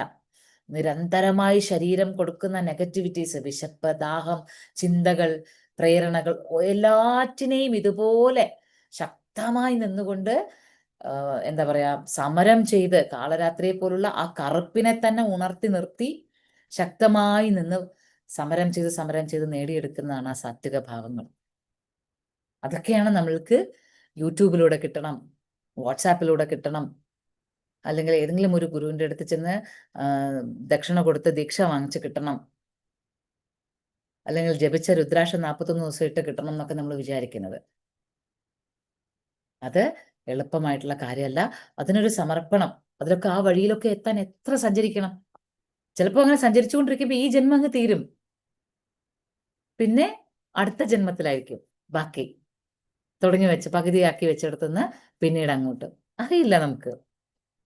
പക്ഷെ എളുപ്പമല്ല എന്ന് മാത്രം മനസ്സിലാക്കാം. അത് എളുപ്പമല്ല എന്ന് മനസ്സിലാക്കുമ്പോൾ മറ്റൊരു ഗുണം കൂടിയുണ്ട്. ആ ലഭിക്കുന്ന ചെറിയ ചെറിയ ആനന്ദങ്ങളിൽ നമുക്ക് നിൽക്കാനുള്ള പ്രേരണ ഉണ്ടാവും. മനസ്സിലായില്ലേ? ചെറിയ തലങ്ങളിൽ പോലും നമുക്ക് ലഭിക്കുന്ന ആനന്ദങ്ങൾ നമുക്ക് നിൽക്കാൻ പറ്റും. കാരണം ഇത്രമാത്രം ഒരു ത്യാഗം, ഇത്രമാത്രം ഒരു ശ്രമം, സാക്രിഫൈസ് അതിന്റെ പിന്നിലുണ്ട് എന്നുള്ള ബോധം നമ്മളിൽ ഉണ്ടാവുമ്പോൾ. അപ്പൊ കാളരാത്രി എന്നുള്ളത് വ്യക്തമായി എന്ന് വിശ്വസിക്കുന്നു. മനസ്സിലായി? ഓക്കെ. അപ്പോ കാളരാത്രിയുടെ ജപമന്ത്രം കൂടി ഒന്ന് നോക്കാം. ഏകവേണി ജപാകർണപൂര നഗ്ന ഖരസ്ഥിത. ഏകവേണി അഴിച്ചിട്ട മുടിയോട് കൂടിയിട്ടുള്ള ഭഗവതി. ജപാകർണപൂര എന്ന് പറയുമ്പോഴേക്കും കർണത്തിൽ ഒരുതരം പൂക്കൾ, ചെമ്പരത്തി പൂക്കളൊക്കെ കൊണ്ടുള്ള അലങ്കാരങ്ങൾ അണിഞ്ഞിട്ടുള്ള ഭഗവതി നഗ്നയാണ്. ഖരസ്ഥിത, ഖരാസ്ഥിത എന്ന് പറഞ്ഞാൽ കഴുതയുടെ മേലെ ഇരിക്കുന്നു. ലംബോഷ്ടി കർണികാകർണി, അതായത് കർണങ്ങളിൽ പ്രത്യേകമായിട്ടുള്ള ആഭരണം, അതായത് കർണാഭരണങ്ങൾ അണിഞ്ഞിട്ടുണ്ട്. തൈലാഭക്ത ശരീരം, തൈലം തേച്ചിരിക്കുകയാണ്, എണ്ണ തേച്ചിരിക്കുകയാണ് ശരീരം മുഴുവനും. വാമപാദോല്ലസ, വാമപാദം അതായത് ഇടതുപാദത്തിൽ ലസിക്കുന്നത് എന്താണ്? ലോഹലത കണ്ടകഭൂഷണ, ലോഹത്താലുള്ള വള്ളിലത, വള്ളി പോലുള്ള ഒരു കണ്ടകം, മുള്ളാഭരണം, അതാണ് വാമപാദോല്ലസ ലോഹ ലതാകണ്ടകഭൂഷണ. ആ ലോഹം കൊണ്ടുള്ള ഒരു മുള്ളാണി വള്ളി പോലെ കാലിൽ ചുറ്റിയിരിക്കുകയാണ്. വർധനമൂർധ്വജ കൃഷ്ണ കാളരാത്രി ഭയങ്കരി. വർധനമൂർധ്വജ, നോക്കി നിൽക്കുമ്പോൾ തന്നെ ഇങ്ങനെ ആ കറുപ്പ് പടർന്നു വരുന്ന കറുപ്പ്, ഇരുട്ട്, ആ ഇരുട്ടിലുള്ള കാളരാത്രി ഭയങ്കരി എന്നാണ് പറയുന്നത്. ഇവിടെ നമ്മൾ സാധാരണ എല്ലായിടത്തും നമ്മൾ പറയുമ്പോൾ പ്രാർത്ഥിച്ച് നിൽക്കുന്നിടത്ത് യശസ്വിനി എന്നോ അല്ലെങ്കിൽ ശുഭം തരിക അല്ലെങ്കിൽ മംഗളം തരിക എന്നൊക്കെ പറയുന്നു. ഇവിടെ ഒറ്റ കാര്യമേ പറയുന്നുള്ളൂ, കാളരാത്രി ഭയങ്കരി. ഭയം അങ്കുരിക്കുന്നു. അപ്പൊ നമ്മൾ പറയണു സ്പിരിച്വൽ ആയിട്ടുള്ള ഒരു തലങ്ങളിൽ പോകുമ്പോൾ നമ്മുടെ ഭയമാണ് ആദ്യം ഇല്ലാതെ ആകേണ്ടതെന്ന്. ഭയം അങ്കുരിക്കുന്നത് ആർക്കാണ്? മഹിഷന്, സുംഭനിസുംഭന്, ചണ്ടമുണ്ടാസുരന്, ധൂമ്രലോചന്, അങ്ങനെ നമ്മളിലെ ആ അസുരന്മാർക്ക്, രക്തബീജാസുരനൊക്കെയാണ് ഭയം. അപ്പൊ അവർക്കാണ് കാളരാത്രി ഭയങ്കരി. ബാക്കിയുള്ളവർക്കൊക്കെയോ? നമ്മൾ റിയലൈസ് ചെയ്ത് കഴിഞ്ഞാലോ, കാളരാത്രിയുടെ മിന്നൽ പിണറുകൾ അല്ലെങ്കിൽ മുള്ളാണി ആഭരണങ്ങളായാലും കഴുതപ്പുറത്തുള്ള സഞ്ചാരമായാലും ഘോര രൂപിണി ആയാലും മനസ്സരോവരത്തിൽ മുങ്ങി നിവർന്നു വന്ന അംബിക തന്നെയാണത്. തൽക്കാലം നമ്മൾ ഒരുക്കിയ സാഹചര്യങ്ങളാൽ അംബിക ഇങ്ങനെ നിൽക്കുന്നതേ ഉള്ളൂ. സാഹചര്യങ്ങളെ നമ്മൾ മാറ്റിയാൽ അംബിക തന്നെ അത്. മനസ്സിലായോ? മനസ്സരോവരത്തിൽ നീരാടിക്കൊണ്ടിരുന്ന പാർവതിയെ പ്രാർത്ഥിച്ച് ദേവന്മാർ ഈ സിറ്റുവേഷൻ പറഞ്ഞപ്പോൾ കാളരാത്രിയായി വന്നതല്ലേ, ചാമുണ്ടയായി നിന്നതല്ലേ. ആ അംബികയിലേക്ക് ഭഗവതി നമ്മളിലെ ആ നെഗറ്റിവിറ്റീസ് ഒക്കെ നിഗ്രഹിക്കുന്ന സമയത്ത് കാളരാത്രി അംബികയായി മാറിക്കോളും. അംബിക. മനസ്സിലായി? അപ്പൊ ഇനി നമുക്ക് അടുത്ത ദശമഹാവിദ്യകളിൽ 7ാം സ്ഥാനത്ത് നിൽക്കുന്ന ഭഗവതി ധൂമവതി എന്ന ഭഗവതി സ്വരൂപത്തെയാണ് നമ്മൾ പറയുന്നത്. ധൂമവതി എന്ന് പറഞ്ഞാലോ ആദ്യം തന്നെ രൂപം കാണാം. ധൂമവതി എന്ന് പറയുമ്പോൾ ശരിക്കും പറഞ്ഞാൽ നോർത്തിലൊക്കെ ചില ഉപാസനാ സമ്പ്രദായങ്ങളിലെ പേര് പോലും പറയില്ല. അലക്ഷ്മിനെ പറയുള്ളൂ. ധൂമവതി എന്ന പേര് അവർ പറയില്ല. നമ്മൾ ജ്യേഷ്ഠ എന്ന് വിശേഷിപ്പിക്കുന്ന ഭഗവതി, അല്ലെങ്കിൽ നിര്യതി എന്നൊക്കെ പറയില്ലേ, അതായത് ഒരു അസുര ഗുണത്തോടു കൂടി എപ്പോഴും ഒരു നെഗറ്റീവ് ഷെയ്ഡോട് കൂടി മാറ്റി നിർത്തണം. മുന്നിൽ ചെന്ന് നിന്നാൽ കൈതൊഴുത് പ്രാർത്ഥിക്കരുത് എന്നൊക്കെ പറയുന്ന, ക്ഷണിക്കരുത്, ധൂമവതിയെ ക്ഷണിക്കരുത്, അങ്ങനെയൊക്കെയുള്ള സങ്കല്പങ്ങളുണ്ട്. ദശമഹാവിദ്യകളുമായിട്ട് ബന്ധപ്പെട്ട ക്ഷേത്രങ്ങളിൽ പോയാൽ, ധൂമവതി ക്ഷേത്രത്തിൽ പോയാൽ മാത്രം ധൂമവതിയെ വീട്ടിലേക്ക് ക്ഷണിക്കരുത്, അത് മുഴുവനും നെഗറ്റിവിറ്റിയാണ് എന്ന് വിശ്വസിക്കുന്നവരുണ്ട്. പക്ഷെ ധൂമവതി എന്താണ് എന്ന് മനസ്സിലാക്കി കഴിഞ്ഞാൽ നമുക്ക് അത്തരത്തിലുള്ള ചിന്തകളൊന്നും നമ്മളെ അലട്ടില്ല. ധൂമവതി എന്ന് പറയുന്നത് വിധവയായ, വൃദ്ധയായ, ഒരു സൗന്ദര്യവുമില്ലാത്ത ഒരു ദേവി. നമുക്ക് ആദ്യം ആ സങ്കല്പം തന്നെ ഡൈജസ്റ്റ് ചെയ്യാൻ പാടാണ്. അത് ദഹിക്കില്ല. എന്ന് വെച്ചാൽ ഹേയ് അതെങ്ങനെ? അതായത് ഭഗവതി എന്ന് പറയുമ്പോൾ തന്നെ നമ്മൾ സൗന്ദര്യത്തിന്റെ മൂർത്തിമ സ്വരൂപമായിട്ട് സർവാഭരണ വിഭൂഷിതയായിട്ട് കാണുന്ന ഭഗവതിയെ നമ്മൾ വിധവയായും വൃദ്ധയായും ഒരു ആഭരണങ്ങളുമില്ലാതെ ഒരു സൗന്ദര്യവുമില്ലാത്ത ഭാവത്തിലാണ് കാണുന്നത്. എന്നിട്ടോ ഒരു രഥമുണ്ട് ഭഗവതിക്ക്. ആ രഥം ചലിപ്പിക്കാൻ ഒരു തേരാളിയില്ല. രഥത്തിലിരിക്കുകയാണ്, പക്ഷെ രഥം കൊണ്ടുപോകാൻ ആരുമില്ല. കൊടിയടയാളം കാക്ക, ചുറ്റുവട്ടത്തും കാക്ക, കയ്യിലാണെങ്കിൽ ഒരു മുറം. ഒരുവിധം എല്ലാവർക്കും ഇത്രയും കേൾക്കുമ്പോൾ തന്നെ ഇങ്ങനൊരു ഭഗവതി രൂപം തന്നെ വേണ്ട, ചിത്രം ഒന്നും കാണിക്കണ്ട എന്ന് വരെ തോന്നാം. ധൂമവതി. പക്ഷേ ധൂമം, അതായത് പുകയാണ് ഭഗവതിയുടെ സ്വരൂപം, ധൂമം. എന്നാൽ സാധനയിൽ, ഉപാസനയിൽ, ദശമഹാവിദ്യകളിലെ ഉപാസനകളിൽ ഏറ്റവും അനുഗ്രഹങ്ങൾ നൽകുന്ന ഒരു സാധന, ധൂമവതി സാധനയിലേക്ക് വരണമെങ്കിൽ തന്നെ നമുക്ക് കുറേ ക്വാളിറ്റീസ് ഉണ്ടാവണം. എങ്കിൽ മാത്രമേ ധൂമവതി സാധനയിലേക്ക് നമ്മളെ അതിൻ്റെ സമ്പ്രദായത്തിലുള്ള ഗുരുക്കന്മാർ ക്ഷണിക്കുകയോ അതിൻ്റെ പരിശീലനത്തിലേക്ക് നമ്മളെ തുടക്കം കുറിക്കുകയോ പോലും ചെയ്യുള്ളൂ. ധൂമവതി സാധനയിലേക്ക് എത്താൻ എളുപ്പമേ അല്ല. അത് അത്രമാത്രം സെലക്റ്റഡ് ആയിട്ടുള്ള ആൾക്കാർ മാത്രമാണ് ധൂമവതി ഉപാസന ചെയ്യുക, അതിന് വേണ്ടുന്ന തയ്യാറെടുപ്പുകളൊക്കെ നടത്തുക. അപ്പൊ അത് അത്രയും എളുപ്പമല്ലാത്തത് കൊണ്ടാണ് ഇത്രയും ഭയപ്പെടുത്തുന്നതായിട്ട് നിൽക്കുന്നത്. ഒരുവിധം ആർക്കും അങ്ങോട്ട് അപ്രോച്ച് ചെയ്യണമെന്നേ തോന്നില്ല. ഉപാസന വേണ്ട, അപ്പുറത്ത് ഉപാസിച്ചുള്ള അപ്പുറത്ത് വേണ്ട എന്ന് തന്നെ നമുക്ക് തോന്നും, രൂപം കണ്ടാലും ഒക്കെ. അപ്പൊ നമ്മൾ നേരത്തെ പറഞ്ഞ പോലെ ഇരുട്ടിനെ അറിഞ്ഞാൽ മാത്രമേ നമ്മൾ ഇരുട്ടും വെളിച്ചവും ഒന്ന്, നമ്മളെല്ലാം എപ്പോഴും പറയണം അദ്വൈതം അദ്വൈതം, രണ്ടായതെല്ലാം ഒന്നായി കാണണം, രണ്ടായതെല്ലാം ഒന്നായി കാണണം. പിന്നെ എന്തുകൊണ്ട് നമുക്ക് സൗന്ദര്യത്തെ കാണുന്നത് പോലെ സൗന്ദര്യമില്ലായ്മയെ കാണാൻ പറ്റുന്നില്ല? എന്തുകൊണ്ട് കാണാൻ പറ്റുന്നില്ല? അപ്പൊ അവിടെ നമ്മളെ സാധനാ ഗുണം പൂർണ്ണമായിട്ടില്ല. ആജ്ഞാചക്രത്തിൽ രണ്ടായതെല്ലാം ഒന്നായതിനു ശേഷം മാത്രമേ സഹസ്രാരത്തിലേക്ക് പോകാനായിട്ട് ഒരാൾക്ക് ക്വാളിറ്റി കിട്ടുന്നുള്ളൂ എന്നാ പറയാം. അല്ലെങ്കിൽ പരമമായതിനെ, പരബ്രഹ്മത്തെ അറിയണമെങ്കിൽ ഇതെല്ലാം ഒന്ന്, സർവ്വതും ഒന്ന്, സത് ചിത് ഏകം ബ്രഹ്മ എന്ന് നമ്മൾ അറിയണം.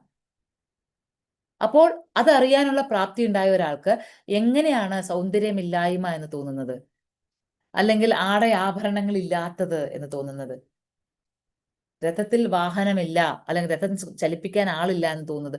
അയ്യോ, കാക്കയോ പ്രതീകം. കാക്കയും അരയന്നവും തമ്മിൽ വേർതിരിവ് കൽപ്പിക്കുന്നത് ആര്? അരയന്നം നല്ലതും കാക്ക മോശവും എന്ന് പറഞ്ഞു തരുന്നത് ആര്? അപ്പൊ അവിടെ രണ്ടില്ലേ?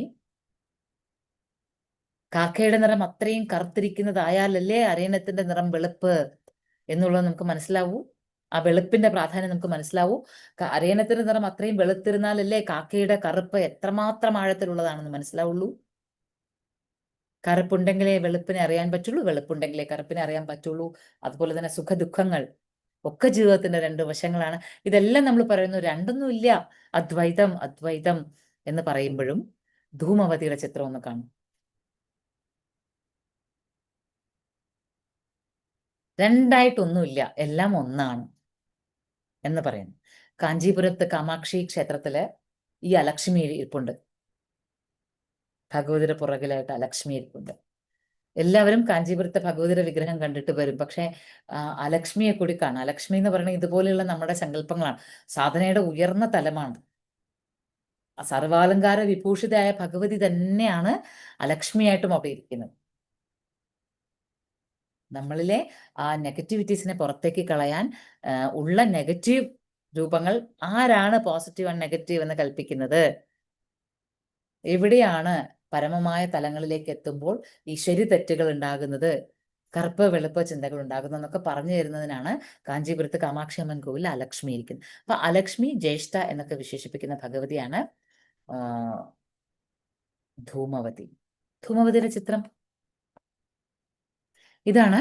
ധൂമവതി ധൂമവതി എങ്ങനെയാണ് വെളുത്ത വസ്ത്രം ധരിച്ച് ആഭരണങ്ങളൊന്നുമില്ലാതെ വൃദ്ധയായി സൗന്ദര്യം ഏതുമില്ല. ഇതിപ്പോ ഈ ചിത്രം പിന്നെയും ഒരു ഭേദമുള്ള ചിത്രമാണ്. ഇനി നിങ്ങൾ വെറുതെ ധൂമവതി എന്ന് ഗൂഗിളിൽ സെർച്ച് ചെയ്ത് നോക്കിയാൽ കാണുന്ന ചിത്രങ്ങളൊക്കെ വല്ലാതെയുള്ളതാണ്. കാക്കകൾ പറക്കുന്ന, കയ്യിലൊരു മുറം പിടിച്ചുകൊണ്ടിരിക്കുന്ന ഭഗവതി, ധൂമവതി. അപ്പോ എന്താണ് അതിന്റെ കോൺസെപ്റ്റ് എന്ന് മനസ്സിലായോ? അതായത് നമ്മൾക്ക് ഈ സൗന്ദര്യഭാവങ്ങളെ ആരാധിക്കാൻ പറ്റുന്നതോടൊപ്പം തന്നെ സൗന്ദര്യമില്ലായ്മകളെ, ആ അറ്റാച്ച്മെന്റുകളെ അറിയുന്ന നമുക്ക് ഡിറ്റാച്ച്മെന്റും അറിയാൻ പറ്റണം. നമ്മളിൽ ഊർജത്തിന്റെ സ്ഥിരോത്സാഹ ഭാവങ്ങൾ വേണം. സൃഷ്ടിക്കപ്പെട്ടതിലെല്ലാം സംഹാരമുണ്ടാകും എന്നറിയണം. നമ്മളിലെ ചർമ്മം, അതുപോലെ തന്നെ നമ്മളുടെ ജീവിതത്തിലെ എല്ലാ അവസ്ഥകളും എല്ലാ കാലങ്ങളിലും ഇതുപോലെ തുടരില്ല. മാറ്റം ഉണ്ടായിക്കൊണ്ടേയിരിക്കും. നമ്മളിൽ മാറ്റങ്ങൾ സംഭവിച്ചുകൊണ്ടേയിരിക്കും എന്ന് പറഞ്ഞു തരുന്ന, അതുപോലെ തന്നെ എല്ലാത്തിനെയും ഒരേ മനസ്സോടുകൂടി കാണണമെന്ന് പ്രേരിപ്പിക്കുന്ന ഭഗവതിയാണ് ധൂമവതി. അഗ്നിയുടെ പ്രതിച്ഛായ, അഗ്നി ഉണ്ടായിരുന്നു എന്നതിന്റെ സ്മരണയാണ് ധൂപം, പുക. അല്ലെ? അഗ്നിയിലേക്ക് വീണ്ടും സഞ്ചരിപ്പിക്കാൻ സാധിക്കുന്ന കനലുകൾ ഉള്ളിടത്താണ് പുകയുന്നത്, അല്ലെ? കനലുകൾ ഉള്ളിടത്തല്ലേ പുകയുണ്ടാകുന്നത്? അപ്പൊ ആ കനലുകളിൽ നിന്ന് വീണ്ടും അഗ്നി ഉണ്ടാകണമെങ്കിൽ പുകയുണ്ടാകണം എന്ന് പറയുന്നത് പോലെ തന്നെ നമ്മളിൽ രണ്ടും ഉണ്ടാകണം. ജീവിതത്തിലെ രണ്ട് ഭാവങ്ങളെയും അറിഞ്ഞാൽ മാത്രമേ നമുക്ക്, നമ്മൾ നേരത്തെ പറഞ്ഞ പോലെ തന്നെ ഇരുട്ടറിഞ്ഞാൽ മാത്രമേ വെളിച്ചത്തിന്റെ പ്രാധാന്യം മനസ്സിലാക്കാനാവുള്ളൂ എന്നതുപോലെ പുകയെ ഉൾക്കൊണ്ടാൽ മാത്രമേ അഗ്നിയുടെ പ്രാധാന്യത്തെ ഉൾക്കൊള്ളാൻ പറ്റുള്ളൂ. രണ്ടും ഒരേ ചൈതന്യത്തിന്റെ രണ്ട് ഭാവങ്ങളാണ്. അപ്പൊ ഒന്ന് കൊള്ളില്ലാത്തത്, ഒന്ന് നല്ലത് എന്ന് വിചാരിക്കാൻ പറ്റില്ല. നമ്മളുടെ നെഗറ്റിവിറ്റീസിനെ എല്ലാം ഇല്ലായ്മ ചെയ്യുമ്പോൾ ഭഗവതി സ്വീകരിക്കുന്ന രൂപങ്ങൾ ഇങ്ങനെയാണ്. ഭഗവതിയുടെ കയ്യിലുള്ള മുറമാണ് കയ്യിൽ വെച്ചത്. മുറം എന്തിനാ ഉപയോഗിക്കുന്നത്? മുറം പാറ്റാൻ, അല്ലേ? അരിയൊക്കെ പണ്ട് കാലത്ത് ഇട്ടിട്ട് പാറ്റിയിട്ട് അതിൽ നിന്ന് നമുക്ക് വേണ്ടാത്തതിന് തവിട്, നെല്ലിന്റെ തവിട് ഇതൊക്കെ കളയുന്നത് പാറ്റിയിട്ടല്ലേ കളയുന്നത്. ഇങ്ങനെ ആക്കി പാറ്റി വേണ്ടതെടുക്കും, വേണ്ടാത്തത് തള്ളിക്കളയും. അത് തന്നെയാണ് നമ്മളിൽ വേണ്ടാത്തതുകളെ സംഹരിക്കുക, നമ്മളിൽ വേണ്ടാത്തതുകളെ ഇല്ലാതെയാക്കുക. അത് നമുക്ക് വേണ്ടാത്തതുകളെ ഇല്ലാതെയാക്കുന്നതല്ല. ഇപ്പൊ എനിക്ക് വേണ്ട കുറെ കാര്യങ്ങൾ അതില്ലാതാക്കി തരുകയല്ല. എനിക്ക് ആവശ്യമില്ലാത്തത് എന്ന് പരമ്പൊരുൾ അറിയുന്നതിനെ മാറ്റിക്കളയുക. എനിക്ക് വേണ്ടത്, എനിക്ക് വേണ്ടാത്തത്, അത് ഞാൻ എൻ്റെ ജീവിത സാഹചര്യങ്ങളോ എൻ്റെ അപ്പോഴത്തെ മാനസികാവസ്ഥകളോ ഒക്കെ ആയിട്ടാണ് ഞാൻ തീരുമാനിക്കുക. പക്ഷെ എൻ്റെ ശരീരവും മനസ്സും അതിനുള്ളിലെ എൻ്റെ ആത്മനെയും കാലാകാലങ്ങളായി അറിയുന്നൊരു ശക്തിയുണ്ട്. ആ ആത്മൻ എന്ത് വേണം, എന്ത് വേണ്ട എന്നറിയുന്ന ശക്തിയുണ്ട്. ആ വേണം വേണ്ടായികകളെ സ്വീകരിക്കുന്നത് ഒട്ടും മമതയോട് കൂടിയിട്ടല്ല. ഇത്രയും ആകർഷണമില്ലാത്ത അവസ്ഥയിൽ ഇരുന്നു കൊണ്ടാണ് നമ്മളിൽ വേണ്ടാത്തതുകളെ പാറ്റിക്കളയുന്നത്, വേണ്ടതുകളെ മാത്രം എടുക്കുന്നത്. ആ പ്രോസസ്സ് എന്ന് പറയുന്നത് ഒട്ടും അട്രാക്ഷൻ നൽകുന്നതല്ല, ഒട്ടും അട്രാക്റ്റീവ് അല്ലാത്തതാണ് നമ്മളിലെ ആ വേണം വേണ്ടായികകളെ മാറ്റം. ഇപ്പൊ എൻ്റെ കയ്യിൽ കുറേ കാര്യങ്ങൾ ഇരിക്കുന്നു. ഓക്കെ ഈ സാധനങ്ങൾ ഇതെനിക്ക് വേണ്ട, ഇതെനിക്ക് വേണം എന്ന് പറയാൻ എളുപ്പമാണ്, ഈസിയാണ്. അതുപോലും ചിലപ്പോൾ നമുക്ക് ഇച്ചിരി കടുപ്പാണ് ഒരു സാധനം വേണ്ട എന്ന് വെക്കാൻ. പലതും നമ്മൾ വേണ്ട എന്ന് വെക്കാതെ വാരിക്കൂട്ടി വീട്ടിൽ വെച്ചു. ഇത് കളഞ്ഞാൽ, ഇത് എപ്പോഴെങ്കിലും ആവശ്യം വന്നാലോ. ഒരു വീട് വെക്കുമ്പോൾ ഒരുപാട് പണം ചെലവാക്കുന്നു. പക്ഷെ എന്നാലും ഗസ്റ്റുകൾക്ക് വേണ്ടിയിട്ട് ഒരു റൂം എന്തിനാണ്? 5 വർഷത്തിലൊരിക്കലൊക്കെ ഒരു ഗസ്റ്റ് വന്നാലായി. ആ ഗസ്റ്റിന് കൊടുക്കാൻ വേണ്ടിയിട്ട് നമ്മളൊരു വീട്, ഇത് വേണമെന്ന് നമ്മൾ വിചാരിക്കുന്നു. അത് ശരിക്കും പറഞ്ഞാൽ നമുക്ക് വേണ്ടാത്തത്. ഇതുപോലെ ചെയ്യുന്ന നമ്മൾ ഒരുപാട് കാര്യങ്ങൾ എടുത്തു ഇത് എന്നെങ്കിലും ഒരിക്കൽ ആവശ്യം വന്നാൽ എന്ന് പറഞ്ഞ് നമ്മളിങ്ങനെ എടുത്തു വെക്കുന്ന കാര്യങ്ങൾ വേണം വേണ്ട എന്നൊക്കെ തീരുമാനിക്കാൻ എളുപ്പമാണ്. പക്ഷെ നമ്മുടെ ആത്മാവിന്, നമ്മളുടെ ആത്മീയതയിലേക്കുള്ള ആ പ്രോഗ്രഷന്, ആ പ്രോസസ്സിൽ നമ്മൾ ഇരിക്കുമ്പോൾ നമ്മൾക്ക് വേണ്ടത് എന്ത് വേണ്ടത്, ഈ ശരീരത്തിനല്ല, ഈ മനസ്സിനുമല്ല, ആ ആത്മന്, നിരന്തരമായി നിലനിൽക്കുന്ന ആ പരബ്രഹ്മത്തിലേക്ക് കണക്റ്റഡ് ആയി നിൽക്കുന്ന ആത്മന് വേണ്ടത് എന്ത് വേണ്ടാത്തത് എന്ത് എന്നറിയുന്ന ഭഗവതിയാണ് ധൂമവതി. ആ ധൂമവതി കാണാനോ പ്രവർത്തികളോ ഒന്നും അത്ര സോഫ്റ്റ് ആയിരിക്കില്ല എന്നാണ് ധൂമവതി പറഞ്ഞിരുന്നത്. അതുകൊണ്ട് തന്നെ കാക്കകൾ പ്രതിനിധാനം ചെയ്യുന്നത്, കാക്കകളുടെ ഒരു സ്വഭാവമുണ്ട്, പരമമായിട്ട് എന്തു വൃത്തികേടുകളെയും കൊത്തിത്തിന്നും, എന്തിനേയും കൊത്തിത്തിന്ന് പിന്നെ ചിരഞ്ജീവികളുമാണ്. അവർക്ക് മരണമില്ല, അത് സ്വാഭാവിക മരണമില്ല. അതിപ്പോൾ സയൻസ് പറയുന്നു അങ്ങനെയല്ല, അതൊരു തെറ്റായ ധാരണയാണ്. അവർക്കും സ്വാഭാവികമായ മരണമുണ്ട് എന്ന് പറയും. പക്ഷെ കാക്കകൾ നമ്മുടെ മെമ്മറീസ്, നമ്മുടെ പിതൃക്കളുമായിട്ട് കണക്ട് ചെയ്യുന്നു. അതുപോലെ തന്നെ കാക്കകൾ ഈ പറഞ്ഞ പോലെ തന്നെ എല്ലാത്തിനെയും ശുദ്ധമാക്കുന്നതിൽ വളരെ ശക്തമായ പങ്ക് വഹിക്കുന്നു. അപ്പൊ ഈ തവിട് പാറ്റിക്കളയുന്നതിനോടൊപ്പം ശുദ്ധമാക്കൽ കൂടി നമ്മൾ സംഭവിക്കുന്നു എന്നുള്ളതാണ് കാക്ക. പിന്നെ മാത്രമല്ല കറുപ്പ്, കാക്ക മരണത്തെയാണ് പ്രതിനിധീകരിക്കുന്നത്. ബലിയിടുമ്പോൾ അതുകൊണ്ടാണ് നമ്മൾ കാക്ക വന്ന് കഴിക്കട്ടെ എന്ന് പറയുന്നത്. കാക്ക ആത്മാക്കളുടെ പ്രതീകമാണ് എന്നൊക്കെ പറയുന്നു. അപ്പൊ ആ നെഗറ്റിവിറ്റീസ് എല്ലാം നമ്മൾ ഈ ആത്മാവിനെ നെഗറ്റീവായിട്ട് കാണുന്നു, അല്ലെങ്കിൽ മരിച്ചു പോയവര്, മരണം ഒക്കെ നെഗറ്റീവായിട്ട് കാണും. അപ്പൊ ആ നെഗറ്റിവിറ്റീസിനെ എല്ലാം ഒന്ന് പ്രകടമാക്കിയിട്ട് അതിൽ നിന്ന് നമ്മളെ വെളിച്ചത്തിലേക്ക് നയിക്കാം. കാക്ക മരണമെന്ന ഭയത്തെ ഇല്ലാതെയാക്കാനാണ് ധൂമവതിക്ക് ചുറ്റും പറക്കുന്നത്. ധൂമവതിയെ അറിയുന്നത് വരെ കാക്ക എന്നത് ആത്മാക്കളുടെ വരവോ, കാക്ക ഇരുന്ന് വിളിച്ചപ്പോൾ ഏതോ ആത്മാവിരുന്ന് വിളിക്കുന്നു എന്നൊക്കെ. പക്ഷെ ധൂമവതിയെ അറിയുന്നതോടുകൂടി മരണമെന്ന ഭയത്തെ ഇല്ലാതെയാക്കുന്ന ജീവന്റെ മെസ്സഞ്ചർ, ജീവിതത്തിനും മരണത്തിനും ഇടയ്ക്കുള്ള സന്ദേശവാഹകരായി കാക്കകൾ മാറുന്നു. അതാണ് ധൂമവതിയിലെ കാക്കകളെ മനസ്സിലാക്കേണ്ടത്. ഒന്നിനെയും ഭയക്കാതിരിക്കാൻ. മരണത്തെ ഭയക്കുന്നുവെങ്കിൽ ആ മരണത്തെ ഒഴിവാക്കാനുള്ള ശക്തി നമ്മൾ ആർജിക്കണം. വാർദ്ധക്യത്തെ ഭയക്കുന്നുവെങ്കിൽ ആ വാർദ്ധക്യം വരാതിരിക്കാനുള്ള ശക്തി നമ്മൾ ആർജിക്കണം. അതിന് പറ്റില്ല എങ്കിൽ ഏറ്റവും സന്തോഷത്തോടുകൂടി അതൊക്കെ അങ്ങ് സ്വീകരിക്കണം. നമുക്ക് ഏറ്റവും അറ്റാച്ച്ഡ് ആയിട്ടിരിക്കുന്ന എല്ലാ കാര്യങ്ങളും ഡിറ്റാച്ച്മെന്റിലേക്ക് പോകണം എന്നറിയാം. ഡിറ്റാച്ച്മെന്റ് ആണ് സൃഷ്ടിയുടെ ഒരു തലം എന്ന് മനസ്സിലാക്കാം. നമുക്ക് വിട്ടുകളയാൻ പറ്റില്ല എന്ന് വിചാരിക്കുന്ന വസ്തുവിനെയും വിട്ടുകളഞ്ഞേ പറ്റുള്ളൂ. വിട്ടുകളഞ്ഞ് ഇവിടെ നിന്നൊരു യാത്രയുണ്ട്, അതൊരു യാഥാർത്ഥ്യമാണ്. ആ യാഥാർത്ഥ്യത്തെ നമ്മൾ ഉൾക്കൊള്ളണം. നമ്മൾ വിചാരിക്കുന്നത് ഈ പറയുന്നതും ഈ വിചാരിക്കുന്നതും എല്ലാം നമ്മൾ കൊണ്ടുപോകുന്നതാണ്. കാലവും രാത്രിയും ചേർന്ന കാലരാത്രിയും ധൂമവതിയും നമുക്ക് ടൈം ആൻഡ് സ്പേസ് ആണ് കൂടുതലായിട്ട് പറയുന്നത്. നമ്മൾ വിചാരിക്കുന്ന കാലാകാലങ്ങളിൽ ആ കാക്കയെ പോലെ ഇങ്ങനെ ചിരഞ്ജീവിയായിട്ട് നമ്മളിങ്ങനെ ജീവിക്കുന്നതാണ്. ഉള്ളുള്ള കാലത്തോളം നമ്മളിങ്ങനെ ഉണ്ടാവുന്ന ഇരുട്ടാണ് നമ്മൾ പലതും പ്രവർത്തിക്കുന്നത്, പലതും പറഞ്ഞിരുന്നത്. എത്രയോ കാലം നമ്മളിങ്ങനെ ഉണ്ടാകും എന്ന് വിചാരിച്ചിട്ട് വളരെ തുച്ഛമായി, വളരെ കുറഞ്ഞൊരു കാലത്തെ നമ്മൾ ഈ ഭൂമിയിലുള്ളൂ. ഈ ഈ ബോധത്തോടു കൂടി ഇതൊക്കെ ഇനി അടുത്ത ജന്മത്തിൽ എന്താ ഏതാന്നറിയില്ല. വിചാരവും വിവേകവും സ്നേഹിക്കാനുള്ള മനസ്സും പുഞ്ചിരിക്കാനുള്ള കഴിവും ഒക്കെ ആയിട്ടുള്ള മനുഷ്യനായിട്ട് ജനിച്ചിരിക്കുന്നത് ഈ കാലത്തേ ഉള്ളൂ എങ്കിൽ എന്തുകൊണ്ടത് നന്നായി ജീവിച്ചുകൂടാ? ഇപ്പൊ എന്തിനാണ് എല്ലാ നെഗറ്റിവിറ്റീസിനെയും ഉൾക്കൊണ്ട് മനസ്സിലാക്കി അതിൽ നിന്ന് പുറത്തേക്ക് കിടക്കുക? അതാണ് ധൂമവതിയും കാലരാത്രിയും നമുക്ക് പറഞ്ഞു തരുന്നത്. മരണത്തെ ഭയക്കാതിരിക്കുക, ഇരുട്ടിനെ ഭയക്കാതിരിക്കുക, അങ്ങനെ ജീവിതത്തെ ആനന്ദകരമാക്കുക. അപ്പോൾ ധൂമവതിയെ ഭയക്കുമോ? ധൂമവതിയുടെ ഉപാസനകൾ വളരെ ഉപാസനാ സമ്പ്രദായങ്ങൾ, സാധനാ സമ്പ്രദായങ്ങൾ വളരെ വളരെ കട്ടിയുള്ളതാണ്. വളരെ കട്ടിയുള്ള കാലരാത്രി ധൂമവതി ഒരു കണക്ഷൻ ഉണ്ട്. അപ്പൊ ഈ രണ്ട് ഉപാസനയും വളരെ ശക്തമായിട്ട് വളരെ വളരെ വളരെ തയ്യാറെടുപ്പുകളോടുകൂടി മാത്രം ചെയ്യാൻ പറ്റുന്നതാണ്.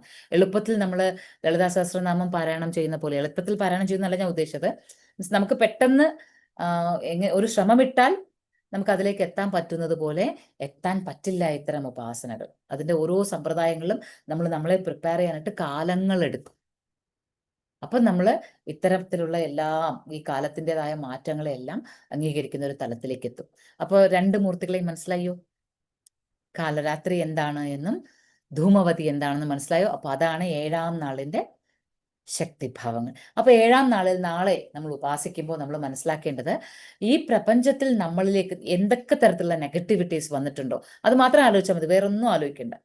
വേറെ ഭഗവതി എന്താണ്, രഥം എന്താണ്, കൊടിയടയാളം എന്താണ്, ഇതൊന്നും നമ്മൾ ആലോചിക്കേണ്ട. പകരം ആലോചിക്കുക, എൻ്റെ ഉള്ളിൽ ഞാൻ അറിഞ്ഞും ഞാൻ അറിയാതെയും കടന്നുകൂടിയിട്ടുള്ള നെഗറ്റിവിറ്റീസ്, അതെൻ്റെ ജന്മത്തിലൂടെ കടന്നു വന്നിട്ടുള്ള, എൻ്റെ പിതൃക്കളിലൂടെ കടന്നു വന്നിട്ടുള്ള, എൻ്റെ ജീനിലൂടെ വന്നിട്ടുള്ളതാണെങ്കിലും, എൻ്റെ ചിന്തയിലൂടെ വന്നിട്ടുള്ളതാണെങ്കിലും, എൻ്റെ പ്രവൃത്തിയിലൂടെ വന്നിട്ടുള്ളതാണെങ്കിലും, എൻ്റെ ചുറ്റുപാടുകൾ കൊണ്ട് വന്നിട്ടുള്ളതാണെങ്കിലും അതിനെ ഒക്കെ നിഗ്രഹിച്ച്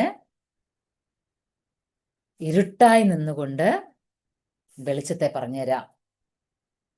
ഇരുട്ടായി നിന്നാലും എനിക്കത് വെളിച്ചം തന്നെയാണെന്നറിയാം. ഇരുട്ടായാലും രാത്രിയായാലും എങ്ങനെ ആയാലും വെളുത്ത വസ്ത്രം ധരിച്ചാലും ആഭരണങ്ങളൊന്നും ഇട്ടില്ല എങ്കിലും അമ്മ എനിക്ക് വെളിച്ചമാണ്, ഭഗവതിയാണ്, ശക്തിയാണ്, ഊർജമാണ്. അതേത് വിധേനയും അങ്ങനെ തന്നെയാണ് എന്ന് മനസ്സിലാക്കി. അതിനായിരിക്കട്ടെ നാളത്തെ ദിവസം നവരാത്രിയുടെ 3ാമത്തെ ഘട്ടത്തിലേക്ക് നമ്മൾ കടക്കുന്നു. ആദ്യത്തെ 2 ഘട്ടങ്ങൾ പൂർത്തിയായി അടുത്ത അവസാനത്തെ ഘട്ടത്തിലേക്ക് കടക്കുകയാണ്. അവിടെയാണ് ഇത്തരത്തിലൊരു പ്യൂരിഫിക്കേഷനിൽ നിന്ന് നമ്മൾ പ്യുവർ ബ്ലിസ്സിലേക്ക്, പരമമായ അനുഗ്രഹത്തിലേക്ക്, ആനന്ദത്തിലേക്ക് കടക്കാനുള്ള തയ്യാറെടുപ്പ് കുറച്ച് കട്ടിയുള്ളതായതുകൊണ്ടാണ് 7ാം ദിവസം ഇവരെ 2 പേരെയും ഒരുമിച്ച് നമ്മൾ മനസ്സിലാക്കാൻ ശ്രമിച്ചത്, മനസ്സിലാക്കുകയും പറയുകയും ചെയ്തത്. അപ്പൊ ഇത് വ്യക്തമായി. അപ്പോൾ അതിലൂടെ ഉണരുക, ഈ പറഞ്ഞ കാര്യങ്ങളൊക്കെ മനസ്സിൽ വെക്കുക. നവരാത്രിയുടെ ഓരോ ദിവസവും ഊർജപ്രദായകമായി മുന്നോട്ട് പോകട്ടെ. സ്വീകരിക്കേണ്ടത് അല്ലെങ്കിൽ നമ്മൾക്ക് ദഹിക്കുന്നത് നമ്മൾ സ്വീകരിക്കുക. അല്ലാത്ത അറിവുകൾ ഇങ്ങനെ ചുറ്റും നിന്നോട്ടെ. കാലാകാലങ്ങളിൽ അത് ഓരോന്നോരോന്നായി നമ്മളിലേക്ക് വന്ന് വേണ്ട വിധം പ്രവർത്തിച്ചു കൊള്ളും ഭഗവതിയായിട്ട്. ആ ഉപാസന മാത്രം നമ്മൾ തുടർന്നു പോവാം. അത് മനസ്സിലാക്കുക, അതാണ് പ്രധാനമായിട്ട് വേണ്ടത്. അപ്പോൾ അത് മനസ്സിലാക്കിക്കൊണ്ട് നമുക്കൊരു മെഡിറ്റേഷനിലേക്ക് പോകാം. ഓരോ ദിവസവും നമ്മളുടെ ധ്യാനത്തിന്റെ സ്വഭാവം മാറിക്കൊണ്ടേയിരിക്കും. ധ്യാനത്തിന്റെ സ്വഭാവത്തിന് ഓരോ ദിവസവും ഓരോന്നാണ്. ആദ്യം നമ്മൾ ആ പരയെ ഒന്നുമല്ലാത്തതിനെ അറിഞ്ഞു, അതിൽ നിന്ന് ശക്തിയിലേക്ക് നിറഞ്ഞു. അത് കഴിഞ്ഞപ്പോൾ അന്തർഗുഹകളിൽ നമ്മൾ ശക്തിയെ ദർശിച്ചു. അത് കഴിഞ്ഞപ്പോൾ നമ്മൾ ആന്തരികമായ ചൈതന്യ ഭൂമികളിൽ, പ്രകാശത്തിന്റെ ഭൂമികളിൽ നമ്മൾ തിരഞ്ഞു നടന്നു. ഇപ്പോഴിതായിരുന്നു നമ്മൾ ഇരുട്ടിൽ, മൗനത്തിൽ വെളിച്ചത്തെ തിരിച്ചറിയാൻ പോകും. അതാണ് സംഭവിക്കുന്നത്. കണ്ണുകളടച്ചോളാം. കണ്ണടച്ചാൽ ഇരുട്ടാകില്ല, ഇരുട്ട് കണ്ടാലും ഇരുട്ടാകില്ല. അത് മനസ്സിലാക്കാൻ കണ്ണടയ്ക്കുക, അകത്തെ വെളിച്ചത്തെ നന്നായിട്ട് അറിയാം. പരമമായതിൽ വേർതിരിവുകളില്ല. പരമമായത് ഒന്നേയുള്ളൂ, രണ്ടില്ല. അപ്പോൾ ഒന്നായതിനെ അറിയാൻ, ഏകമായതിനെ അറിയാൻ എപ്പോഴും നമുക്ക് സാധിക്കട്ടെ, സദാ സാധിക്കട്ടെ. ഇന്നുള്ളുണർന്നതെല്ലാം അങ്ങനെ തന്നെ മനസ്സിൽ നിറഞ്ഞ് നിൽക്കട്ടെ.